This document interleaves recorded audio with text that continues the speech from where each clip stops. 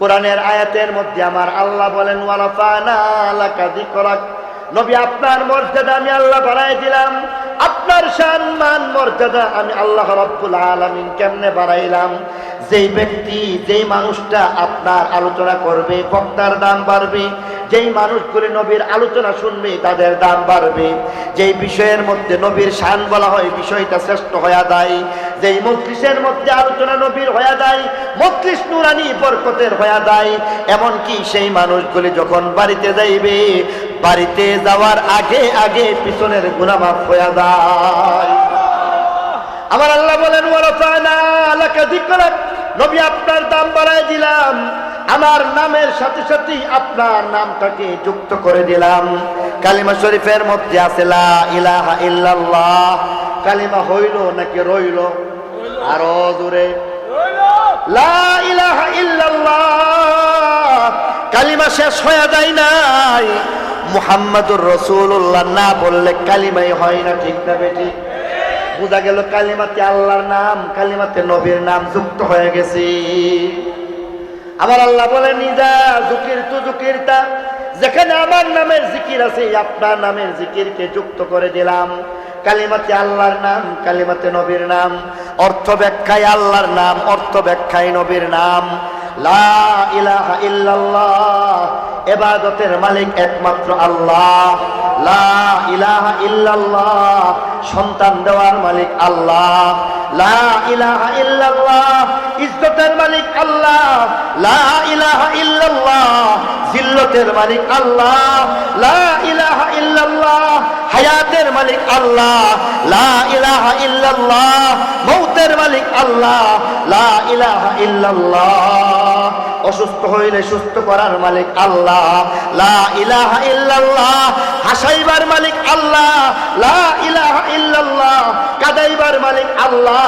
লা ইলাহা ইল্লাল্লাহ, মান্নতের মালিক আল্লাহ। লা ইলাহা ইল্লাল্লাহ, নিয়াজের মালিক আল্লাহ। লা ইলাহা ইল্লাল্লাহ, নজর নিয়াজের মালিক আল্লাহ। লা ইলাহা ইল্লাল্লাহ, ইবাদতের মালিক আল্লাহ। নামাজের মালিক আল্লাহ, রোজার মালিক আল্লাহ, হজ্জের মালিক আল্লাহ, যাকাতের মালিক আল্লাহ, সিজদার মালিক আল্লাহ। বলেন দেখি লা ইলাহা ইল্লাল্লাহ, সিজদার মালিক কে? লা ইলাহা ইল্লাল্লাহ, নামাজের মালিক কে? লা ইলাহা ইল্লাল্লাহ, ইবাদতের একমাত্র মালিক আল্লাহ। তবে এখানের মধ্যে আমার আল্লাহ বলে দিতে চান, ব্যাখ্যার মধ্যে বলা হয় মুহাম্মাদুর রাসূলুল্লাহ, নবীর তরিকার বাইরে মন গড়া ইবাদত হবে না। লা ইলাহা ইল্লাল্লাহ, মাগরিবের ফরজ কয় রাকাত?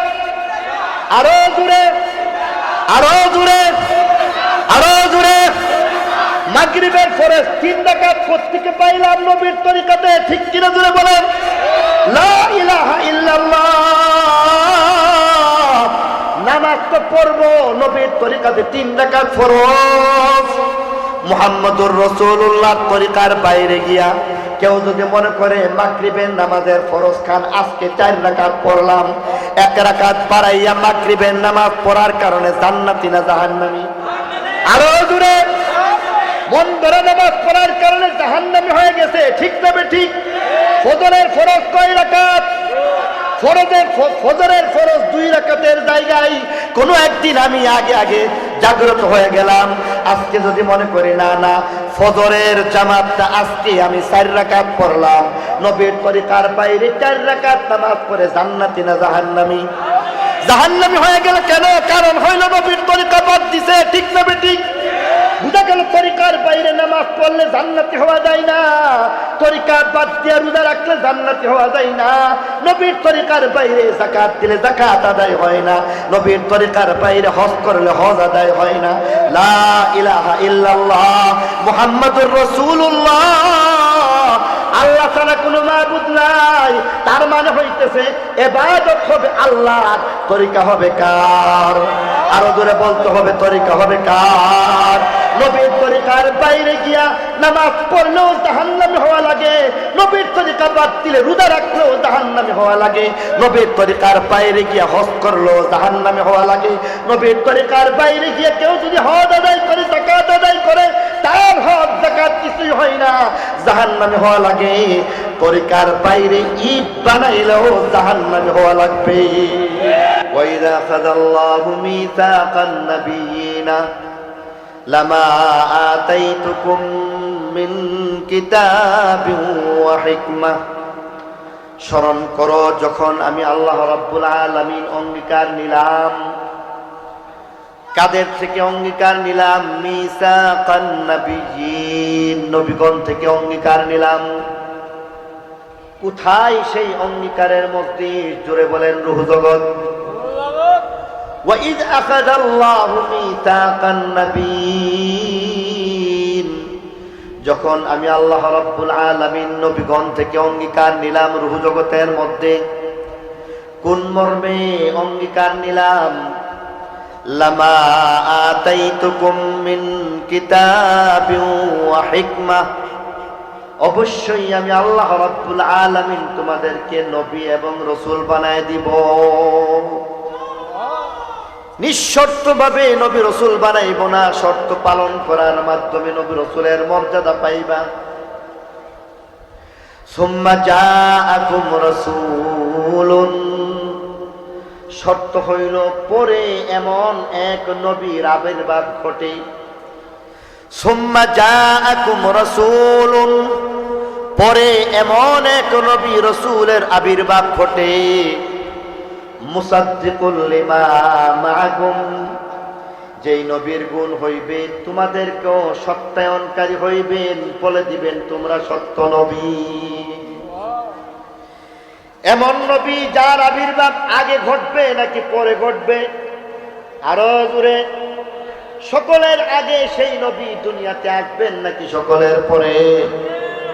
এই বলেছে সকলের আগে আইছে আমাদের নবী না পরে?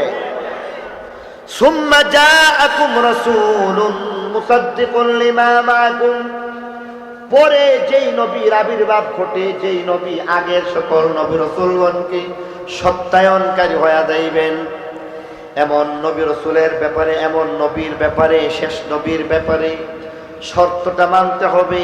শর্তটা হইল তোমরা সবাই বলো, লা তুমিনুন্না বিহি ওয়া লা তানসুরুন্নাহ, অবশ্যই অবশ্যই তোমরা সেই নবীর প্রতি ঈমান আনবে, অবশ্যই অবশ্যই তোমরা সেই নবীকে সাহায্যকারী হইবে। সেই নবীর প্রতি ঈমান এনে তোমরাও উম্মতি হয়ে যাইবা, সাহায্যকারী হয়ে যাইবা। এবার বলো রাজি নাকি রাজি না? আমার আল্লাহ বলেন ক্বালা আ'আকরারতুম, রাজি কিনা বলো? সবাই বললেন রাজি। আমার আল্লাহ বলেন রাজি হইলেই চলবে না, স্বীকারোক্তি দিয়া দাও। আ'আকরারতুম, স্বীকার করো কিনা বলো। শুধু স্বীকার করলেই হইবে না, অঙ্গীকার করতে হইবে। আমার আল্লাহ বলেন ওয়া আখাযতুম আলা যালিকুম ইসরি, মজবুত একটা অঙ্গীকার করতে পারো কিনা বলে দাও। অর্থাৎ শেষ নবীকে পাইলে বলতে হবে তিনি আমাদের নবী, অঙ্গীকার করে বলতে হইবে তার নবুয়ত চলাকালীন সময়ে আমাদের নবুয়ত চলবে না। এই দুইটা কাজ করতে যখন সবাই রাজি হয়ে যায়, এবার সকলে বলেন কালু আকরারনা, আমরা সকলেই স্বীকার করে নিলাম, নবীকে নবী মানলাম। নিজেরা নবী হওয়া সত্ত্বেও শেষ নবীর উম্মত হয়ে যাওয়ার শর্ত মানলাম। আল্লাহ এবার বলেন সাক্ষী বানাও। ক্বালা ফাশহাদু ওয়া আনা মাআকুম মিনাশ শাহিদিন, সাক্ষী হয়ে যাও। এমনকি আমি আল্লাহ নিজেও এই ব্যাপারে সাক্ষী হয়ে গেলাম। এবার কথা পরিষ্কার হয়ে গেল। শেষ নবী আসলে আদম নবী নবী হইবেন না উম্মত হবেন? আরো জোরে বলতে হবে। শেষ নবীকে যদি মুসা নবী পান, মুসা নবীর নবুয়ত চলবে। ঈসা নবী যদি পান, ঈসা নবীর নবুয়ত চলবে। 1,24,000 মতান্তরে 2,24,000 নবী এবং রসুল। শেষ নবীকে যদি পান তাহলে সকলেই নবী থাকবেন না উম্মত হয়ে যাইবেন উম্মত। এর দ্বারা আমার নবীর মর্যাদাটা কেমন সামান্য একটু কথা এমনি বোঝা যায়, ঠিক কিনা বলেন? এবারে অনেক প্রশ্নের উত্তরের কথা বলছিলাম। সেই প্রশ্ন হচ্ছে, আমরা বলতে শুনি আউয়ালে নবী আখেরে নবী। নবী আউয়ালে নবী কিনা বলেন? আরে আপনার গরমপুরের মানুষ মনে জীবনে এই কথা শুনছেন না। আমাদের নবী আউয়ালে নবী, কথা ঠিক। আমাদের নবী আখেরে নবী, কথা ঠিক। আউয়ালেও আমাদের নবী, আখেরেও আমাদের নবী, এই কথাটা আজকে শুনছেন না আগেও শুনছেন? আপনাদের কোনোদিন প্রশ্ন আসলো না যে আউয়ালেও নবী আখেরেও নবী জিনিসটা কেমনে বুঝে আসে না? এমন কোনো প্রশ্ন আসছে কি আসে নাই? আজকে সেই প্রশ্নের উত্তর নিয়ে দেন। আউয়ালে নবী আমার নবী, আখেরে নবী আমার নবী। আউয়ালে নবী আমার নবী, আখেরে নবী আমার নবী কেমনে হইল? অর্থাৎ রুহু জগতের মধ্যে এবার বলুন প্রধান বক্তা হিসেবে কে ছিলেন? স্বয়ং আল্লাহ, ঠিক কিনা জুড়ে বলেন? সভাপতি ছিলেন স্বয়ং আল্লাহ, ঠিক কিনা জুড়ে বলেন? শ্রোতা ছিলেন 1,24,000 নবী রসুলগণের রুহু, ঠিক কিনা জুড়ে বলেন? প্রধান অতিথি কে ছিলেন যেন? আমাদের নবী। তাহলে আমাদের নবী রুহু জগতের মধ্যে রুহু ছিলেন না নবী ছিলেন? আরো জোরে বলতে হবে, রুহু ছিলেন না নবী ছিলেন? অন্য যত নবী রসুলগণের রুহু, তারা রুহু জগতের মধ্যে নবী হইতে পারছেন? পারেন নাই। বরং সেখানের মধ্যে আল্লাহ একটা ওয়াদা করছে, আর সেই ওয়াদা হইল দুনিয়াতে যাইবেন, 40 বছর পুরা হইব। 40 বছর পুরা হইবার পরে আর সেই শর্ত পালন করার পরে আপনাদেরকে নবী এবং রসুল বানাইব। আদম আলাইহিস সালাম রুহু জগতের মধ্যে নবী হয়েছেন, মুসা নবী হয়েছেন, ঈসা নবী হয়েছেন, ইব্রাহিম খলিলুল্লাহ নবী হয়েছেন, ঈসা রুহুল্লাহ নবী হয়েছেন। 1,24,000 নবী রসুলগণের রুহু, তারা সকলেই সেখানে রুহু ছিল, রুহু জগতের মধ্যে নবুয়ত পাইছেন। পক্ষান্তরে আমাদের নবী রুহু জগতের মধ্যে শুধু রুহু হিসাবে ছিলেন না, নবী হিসাবে ছিলেন। এই হলো আউয়ালে নবী। আর এই কারণে আল্লাহ বলছেন আনা নাবিয়ুন, আল্লাহ নবী ফরমান আনা নাবিয়ুন ওয়া আদামু বাইনাল মাই ওয়াত তিন। আমি তখনই নবী যখন আদম আলাইহিস সালামের অস্তিত্বই ছিল না। আরো জোরে কোন সুবহানাল্লাহ। এবার বুঝানোর চেষ্টা করলাম আউয়ালে নবী আমার নবী, ঠিক কিনা বলেন? আউয়ালে নবী আমার নবী কখন? আদমের যখন অস্তিত্ব ছিল না, নূহ নবীর যখন অস্তিত্ব ছিল না, ইসমাঈলের যখন অস্তিত্ব ছিল না, ইব্রাহিমের যখন অস্তিত্ব ছিল না, মুসার যখন অস্তিত্ব ছিল না, ঈসার যখন অস্তিত্ব ছিল না, 1,24,000 মতান্তরে 2,24,000 নবী রসুলগণের অস্তিত্ব যখন ছিল না, তখনও আমার নবী নবী হিসাবে আত্মপ্রকাশ হয়েছিল। তিনি হইলেন আউয়ালে নবী, ঠিক কিনা জোরে বলেন? এবার বাকি রয়েছে আখেরে নবী। আখেরে নবী বলাটা বোঝানোর দরকার নাই। আখেরে নবী কেমনে বুঝছেন? আমাদের নবী দুনিয়াতে আবির্ভাব করছে আগে না পরে? আরো জোরে বলেন।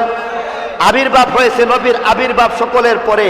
আউয়ালে নবী অস্তিত্বের প্রশ্নে সকল নবী রসুলগণের আগে রুহু জগতের মধ্যে আল্লাহর ইলম মোতাবেক আমার নবী নবী হয়ে গেছেন, তিনি আউয়ালে নবী হয়ে গেছেন। আর দুনিয়াতে আবির্ভাবের দিকে চিন্তা করলে তিনি হয়েছেন আখেরে নবী, তারপরে আর কোনো নবী নাই, ঠিক কিনা জোরে বলেন?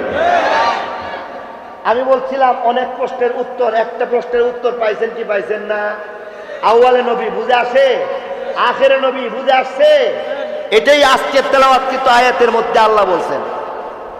তাহলে আমার নবী শ্রেষ্ঠ নবী, আমার নবী নিঃশর্ত নবী, আমার নবী আউয়ালে নবী, আমার নবী আখেরে নবী, আমার নবীর আগে আর কেউ নাই, আর কোন নবী নাই, আমার নবীর পরও আর কোন নবী নাই, ঠিক কিনা জোরে বলেন?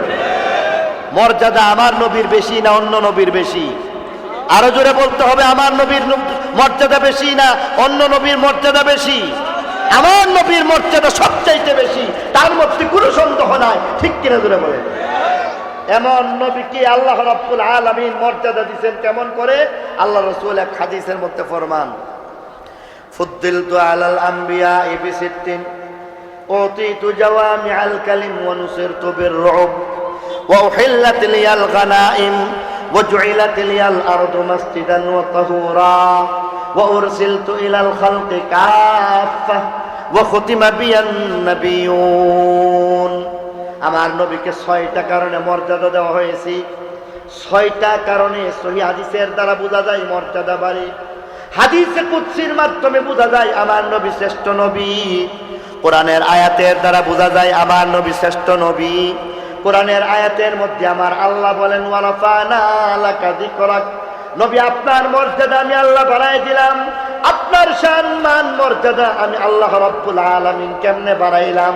যেই ব্যক্তি যেই মানুষটা আপনার আলোচনা করবে বক্তার দাম বাড়বে, যেই মানুষগুলি নবীর আলোচনা শুনবে তাদের দাম বাড়বে। যেই বিষয়ের মধ্যে নবীর শান বলা হয় বিষয়টা শ্রেষ্ঠ হয়ে যায়। যেই মজলিসের মধ্যে আলোচনা নবীর হয়ে যায় মজলিস নুরানি বরকতের হয়ে যায়। এমনকি সেই মানুষগুলি যখন বাড়িতে যাইবে বাড়িতে যাওয়ার আগে আগে পিছনের গুনাহ মাফ হয়ে যায়। আমার আল্লাহ বলেন ওয়া রাফা'না লাকা যিকরাক, নবী আপনার দাম বাড়ায় দিলাম। আমার নামের সাথে সাথে আপনার নামটাকে যুক্ত করে দিলাম। কালিমা শরীফের মধ্যে আছে লা ইলাহা ইল্লাল্লাহ। কালিমা হইল নাকি রইল? আরো জোরে লা ইলাহা ইল্লাল্লাহ। কালিমা শেষ হয়ে যায় নাই। মুহাম্মাদুর রাসূলুল্লাহ না বললে কালিমাই হয় না, ঠিক না বেটি? বোঝা গেল কালিমাতে আল্লাহর নাম কালিমাতে নবীর নাম যুক্ত হয়ে গেছে। আমার আল্লাহ বলেন ইজা যুকিরতু যুকিরতা, যেখানে আমার নামের জিকির আছে আপনার নামের জিকিরকে যুক্ত করে দিলাম। কালিমাতে আল্লাহর নাম কালিমাতে নবীর নাম, অর্থ ব্যাখ্যায় আল্লাহর নাম অর্থ ব্যাখ্যায় নবীর নাম। লা ইলাহা ইল্লাল্লাহ, ইবাদতের মালিক একমাত্র আল্লাহ। লা ইলাহা ইল্লাল্লাহ, সন্তান দেওয়ার মালিক আল্লাহ। লা ইলাহা ইল্লাল্লাহ, ইজ্জতের মালিক আল্লাহ। লা ইলাহা ইল্লাল্লাহ, জিল্লতের মালিক আল্লাহ। লা ইলাহা ইল্লাল্লাহ, হায়াতের মালিক আল্লাহ। লা ইলাহা ইল্লাল্লাহ, মৌতের মালিক আল্লাহ। লা ইলাহা ইল্লাল্লাহ, অসুস্থ হইলে সুস্থ করার মালিক আল্লাহ। লা ইলাহা ইল্লাল্লাহ, হাসাইবার মালিক আল্লাহ। লা ইলাহা ইল্লাল্লাহ, কাদাইবার মালিক আল্লাহ। লা ইলাহা ইল্লাল্লাহ, মান্নতের মালিক আল্লাহ। লা ইলাহা ইল্লাল্লাহ, নিয়াজের মালিক আল্লাহ। লা ইলাহা ইল্লাল্লাহ, নজর নিয়াজের মালিক আল্লাহ। লা ইলাহা ইল্লাল্লাহ, ইবাদতের মালিক আল্লাহ। নামাজের মালিক আল্লাহ, রোজার মালিক আল্লাহ, হজ্জের মালিক আল্লাহ, যাকাতের মালিক আল্লাহ, সিজদার মালিক আল্লাহ। বলেন দেখি লা ইলাহা ইল্লাল্লাহ, সিজদার মালিক কে? লা ইলাহা ইল্লাল্লাহ, নামাজের মালিক কে? লা ইলাহা ইল্লাল্লাহ, ইবাদতের একমাত্র মালিক আল্লাহ। তবে এখানের মধ্যে আমার আল্লাহ বলে দিতে চান, ব্যাখ্যার মধ্যে বলা হয় মুহাম্মাদুর রাসূলুল্লাহ, নবীর তরিকার বাইরে মন গড়া ইবাদত হবে না। লা ইলাহা ইল্লাল্লাহ, মাগরিবের ফরজ কয় রাকাত? আরো জোরে আরো জোরে আরো জোরে। মাগরিবের ফরজ 3 রাকাত প্রত্যেকে পাইলাম নবীর তরিকাতে, ঠিক কিনা জোরে বলেন? লা ইলাহা ইল্লাল্লাহ, নামাজ তো পড়বো নবীর তরিকাতে 3 রাকাত ফরজ। মুহাম্মাদুর রাসূলুল্লাহ তরিকার বাইরে গিয়া কেউ যদি মনে করে মাগরিবের নামাজের ফরজ খান আজকে 4 রাকাত পড়লাম, 1 রাকাত বাড়াইয়া মাগরিবের নামাজ পড়ার কারণে জান্নাতি না জাহান্নামী? আরো জোরে। মন ধরে নামাজ পড়ার কারণে জাহান্নামী হয়ে গেছে, ঠিক না ঠিক? ফজরের ফরজ কয় রাকাত? ফজরের ফরজ 2 রাকাতের জায়গায় কোনো একদিন আমি আগে আগে জাগ্রত হয়ে গেলাম, আজকে যদি মনে করি না না ফজরের জামাতটা আজকে আমি 4 রাকাত পড়লাম, নবীর তরিকার বাইরে 4 রাকাত নামাজ পড়ে জান্নাতি না জাহান্নামী? জাহান্নামী হয়ে গেল কেন? কারণ হইল নবীর তরিকা বাদ দিছে, ঠিক না ঠিক? বুঝা গেল তরিকার বাইরে নামাজ পড়লে জান্নাতি হওয়া যায় না, তরিকা বাদ দিয়ে রোজা রাখলে জান্নাতি হওয়া যায় না, নবীর তরিকার বাইরে যাকাত দিলে যাকাত আদায় হয় না, নবীর তরিকার বাইরে হজ করলে হজ আদায় হয় না। লা ইলাহা ইল্লাল্লাহ মুহাম্মাদুর রাসূলুল্লাহ, আল্লাহ ছাড়া কোনো মাবুদ নাই, তার মানে হইতেছে ইবাদত হবে আল্লাহর, তরিকা হবে কার? আরো জোরে বলতে হবে, তরিকা হবে কার? নবীর তরিকার বাইরে গিয়া নামাজ পড়লেও জাহান্নামী হওয়া লাগে, নবীর তরিকা বাদ দিলে রোজা রাখলেও জাহান্নামী হওয়া লাগে, নবীর তরিকার বাইরে গিয়া হজ করলেও জাহান্নামী হওয়া লাগে, নবীর তরিকার বাইরে গিয়ে কেউ যদি হজ আদায় করে, যাকাত আদায় করে, তার হজ যাকাত কিছুই হয় না, জাহান্নামী হওয়া লাগে।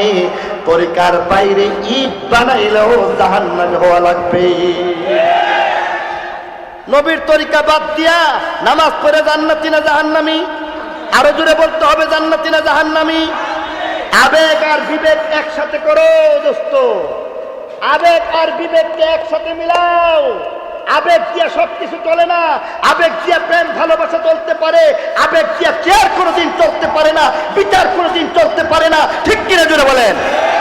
আজকের 12 রবিউল আউয়ালের মধ্যে আবেগে গা ভাসাইয়া দিলে হবে না, আবেগে গা ভাসাইয়া দিয়া আনন্দ করতে থাকলে আর আবেগের দ্বারাই যদি মুক্তি পেয়ে যেত, তাহলে আবু লাহাব তিনি আনন্দে উচ্ছ্বাসিত হয়েছিলেন আর আবেগের কারণে দাসীকে মুক্ত করে দিয়েছিলেন। তারপরেও নবীর তরিকা না থাকার কারণে আবু লাহাব জান্নাতি না জাহান্নামী? অতএব সাবধান। বিনয়ের সাথে বলতে চাই, আবেগ খাটায়, আবেগের সাথে সাথে নবীর তরিকা আছে কিনা দেখতে হবে। যদি নবীর তরিকা থাকে, সেই নবীর তরিকাটাকেই মানতে হবে। নবীর তরিকা বাদ দিয়া লাফালাফি করার দ্বারা কোনোদিন সত্যিকারের আশিকে রাসূল হওয়া যাবে না। ঠিক কিনা জোরে বলে?